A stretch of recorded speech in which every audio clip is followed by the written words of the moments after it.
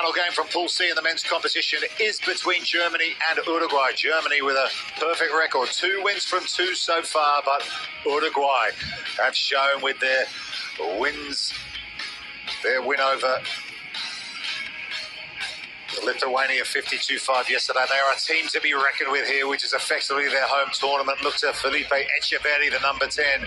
He will pull the strings. Ardeo and Amaya, real try-scoring threats. Loads of experience for Germany. Soteris, Mertz, Hempel and Szczesny, and Jack Hunt, who picks up a hat-trick on day 1. The Germans with strength and depth as well. They will add to the quality that starts this game with their bench, and that is so important in this grueling game of sevens. So as things stand, it is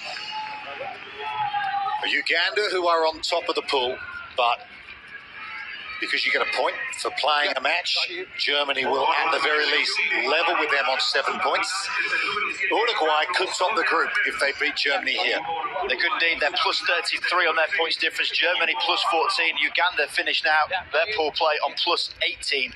So very tight in this pool, but also consequences right across in who finishes highest ranked second place as well. So very much maths at stake here. But let's look at the sevens and what we're expecting to see some cracking efforts here for these two teams. So here we go, the final game in Pool C. Remember, the top 2 from each group automatically qualify, plus the best 2 third-place finishes. We may well get 3 teams through from this men's Pool C. Uruguay, in blue. Had a slow start to the tournament. In their opening game, lost to Uganda, but well and truly bounced back with a 50-plus point win over Lithuania. And Germany will make this very simple in their context of this game. Win it. There'll be 3 from 3 pool play. They'll be typically looking to try and play to their strengths, which is their set-piece play. They've got Ume in the middle, a big ball carrying forward, and a wonderfully juxtaposed as a team.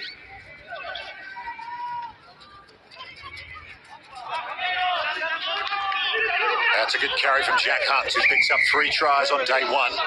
In a single game, they've got a penalty as well. So more defence required here from Uruguay.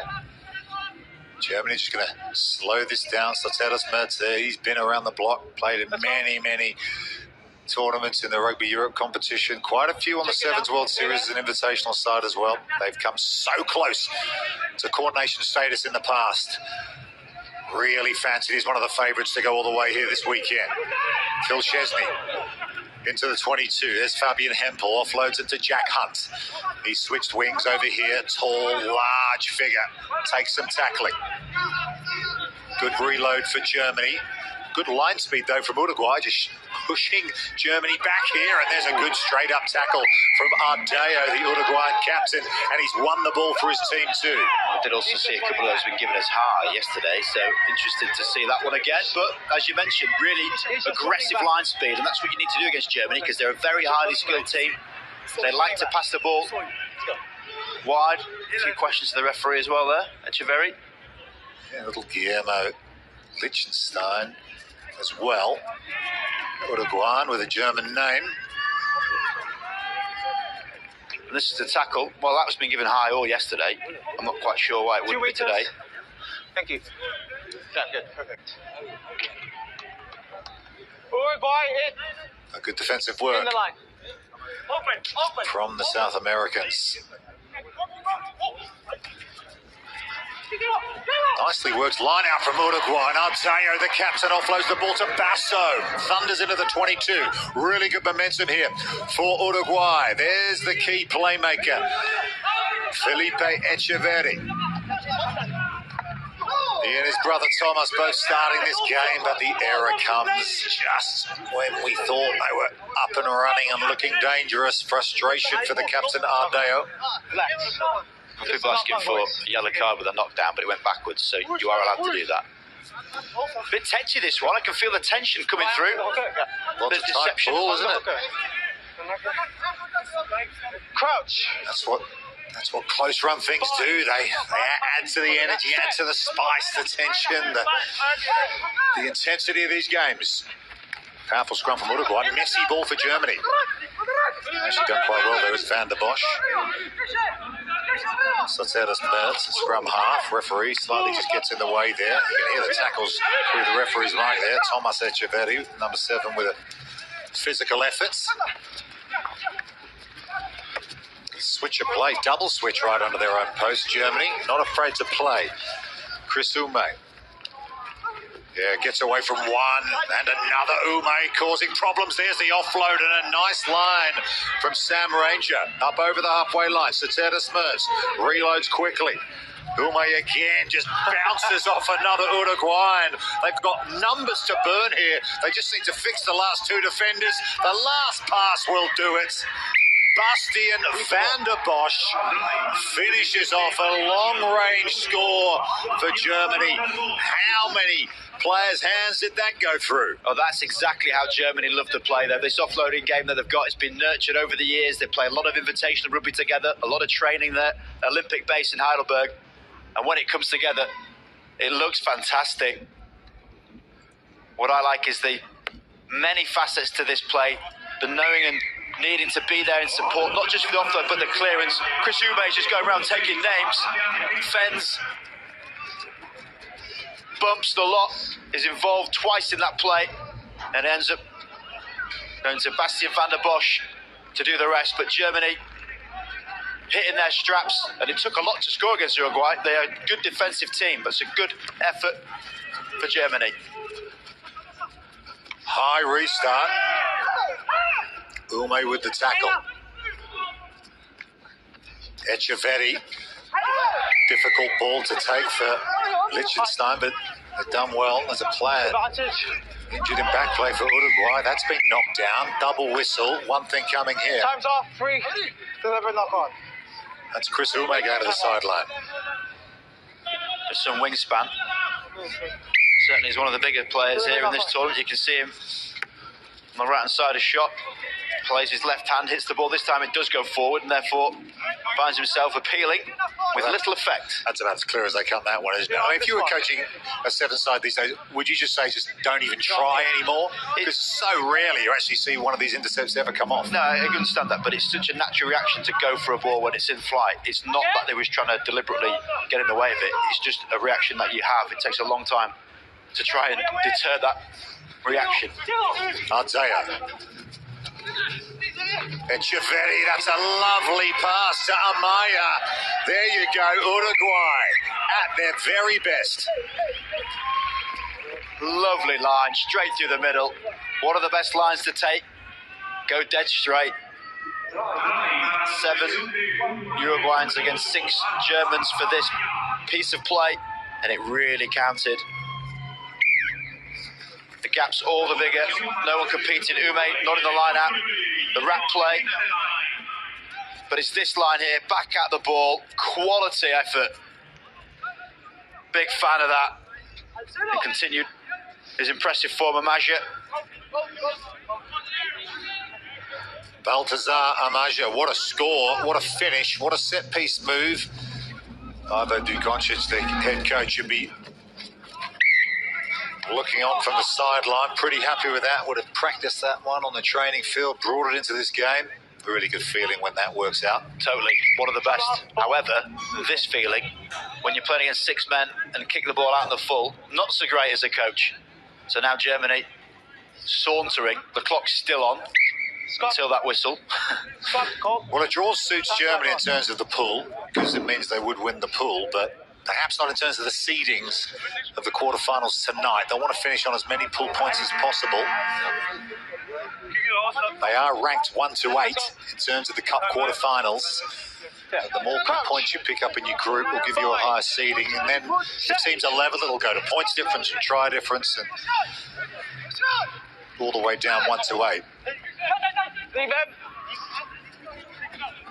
We're in out of seconds here. Yeah, well, they're happy to take their medicine. Fabian Hampel just runs it over the sideline, says, no, we're not going to play from there. Interesting. Attacking opportunity. Playing with 6, of course, you can understand it. 7 each at half-time in Pool C, Germany and Uruguay. A minute we have in the next. Yeah, I'll let you know. Before the kickoff, I'll let you know, okay? How much time? Yes. So you mentioned about a draw, but it's interesting that not only the context of this pool, but looking across it in Pool A and Pool B, it's only really Chile with a clear set opportunity to try and advance 3 from 3 from their pools. Hong Kong against Tonga, both 2 from 2, are going to hit out each other coming up. So the way it works, if you are top of your pool, you're then contesting against the other tops of the pools to see who's in a better position. That's going to get you ranked 1 through to 3. And makes all the difference when you're thinking about playing against 8th, 7th or 6th respectively. So all to play for. The teams will be aware of this. How about this bit of tech? Well, we've had some wonderful shots from high above the Estadio Santa Laura all weekend, coming from that drone. Lovely shots of the action on the field as well. The Echeverri brothers at the heart of most things that they do well. Uruguay, Chris Ume got the go forward for the long-range score for Germany. Then he went to the sideline with the yellow card, and Amaya finished off the set-piece classic for Uruguay to level this one up at half-time. Bit of a yin and yang, Chris Ume there. Great, and they're not so. A lot of yellow cards in this tournament, right across it. And that adaptation of referees' interpretation, again, mentioning a lot of these teams haven't played in any Challenger Series. Some fleeting rugby over the last few years, and it's those hardwired habits that are really hard to get out the system. But it's certainly a lot easier if you keep 7 men on the field. Uruguay in conversation at half-time. Little word with the referee from Mateo as well. So important you keep on the right side of the officials in these tight matches. Breakdown interpretation. Things going your way can be crucial Germany down the stretch. Captain! As things stand, Germany winning Pool C. Ready?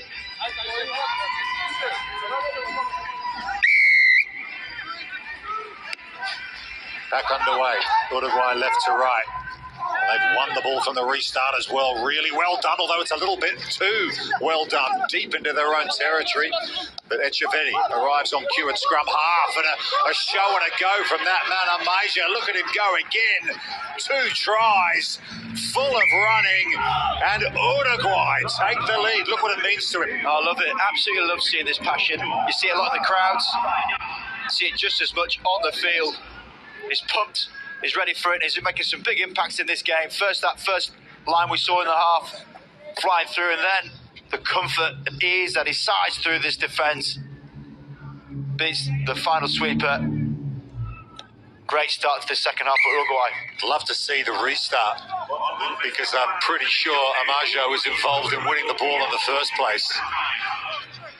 And there's the finish. Big unit, plenty of pace. That puts them atop Pool C now, as it stands. He scored 2 tries in every game this weekend so far. Baltazar Amaja, 2 against Uganda, 2 against Lithuania, and now a brace against Germany as well. That restart's gone out on the full, so an unforced error. Similar pattern as well, saw that before. Score the try and then kick it out.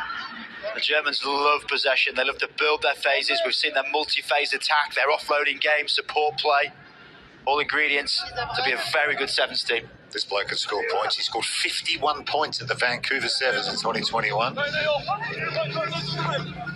Carsten van der Bosch. Ume,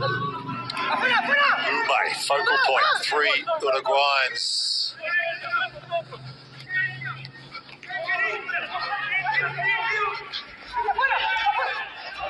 Ball's over the sideline. There'll be a line out to Germany. So Element's been brought on now to give that little bit more impact, and he certainly is that in the middle of the field. Real dynamic runner. Germany won't be happy with that, running into the touchline, giving that ball away. I think they're trying to argue it was thrown back in field, and it hit the Uruguayans before it went over the line. So a little bit of a lifeline for the Germans now. They do need to try and get over that line, reclaim their top spot in Pool C. Ben Element has won it at the line out. Here's Ume. He left it. Van der Bosch tries to score first half, gives it to his captain, Soteris Mertz. Yeah, as you say, Rob Vickman playing key ball here, very astute at that, this Germany Sevens outfit. Nice inside ball to Ume. He'll look for another offload, but just lays it back on a plate nicely. Van der Bosch, Element. Nice little in and away in the offload for Soteris Mertz. He tries another one, and it's one too many. Oh, you can see what he's trying to do. Ride that collision, get the arm round and free up the wingman who stayed in the 5, but he didn't. He came in field. Element, love watching his footwork. Really good balance. Nice offload. This is the second one coming up. Thinks Van der Bosch is a little bit wider than he is. Just wait. And they give a little look at each other. Had to say something without talking. 7 and 3 blacks up. Energy on defence, though, from Uruguay, just to keep fighting in that moment. The error came. Ume's heading to the sideline, is he? He is, yeah, but Germany's bench really strong. Clean line out, Uruguay. They kick. Just trying to get out of their own danger zone. Really good one, too. Just tumbling end over end. That was almost a 2020, that kick. Worth noting, the 50-22 rule not in action in sevens. Under pressure. Knock on in the tackle. That's on Glitzer. Just wraps up there. The knock on in the tackle from Uruguay. So it'll be a scrum feed to Germany. Well, I don't think it was. It was just a good tackle. There's a real grey area in sevens where people look like they're making a tackle, hit the ball and get 2 minutes on the sideline for knocking it down. It's a tough one to manage. Good tactic to kick deep, though. The whole context of kicking deep is if you can get your players ahead of the retreating players, and technically it could be 6-on-1. The Uruguayans adopting the tactic. The flip side of it is exhausting. The 60-metre sprint, 9 and 10. having just done what they've done so far, is not an easy thing to try and do. Well, Uruguay were 5th in the 2022 Challenger Series. Only 10. Two-legged event. They had the home event in Montevideo, and then Viña del Mar in Chile. Currently, they are leading Pool C. Bind. Would be quite a story Set. if they could go through as a top seed. Nicholas Koch under a bit of pressure at the base of the scrum, and they turn the ball over again. Uruguay, they're winning the small battles at the moment. And that's doggedness. I don't need you shouting every decision, okay? Sorry? I've seen it, no need to shout. Competition at that breakdown. Let's go. Doing enough to disrupt. Corner the knock-on whilst he's on the floor. What scrum half in the world wouldn't be in the referee's ear for that? Absolutely, Golden White just asserting his authority. 7 points of difference. Uruguay in control of the scoreboard, but has this been turned over? Yes, it has. Tip for tap from Germany. Can they make something of it? They're down by a converted try. The draw's enough for them to win the group and finish as one of the top 3 seeds.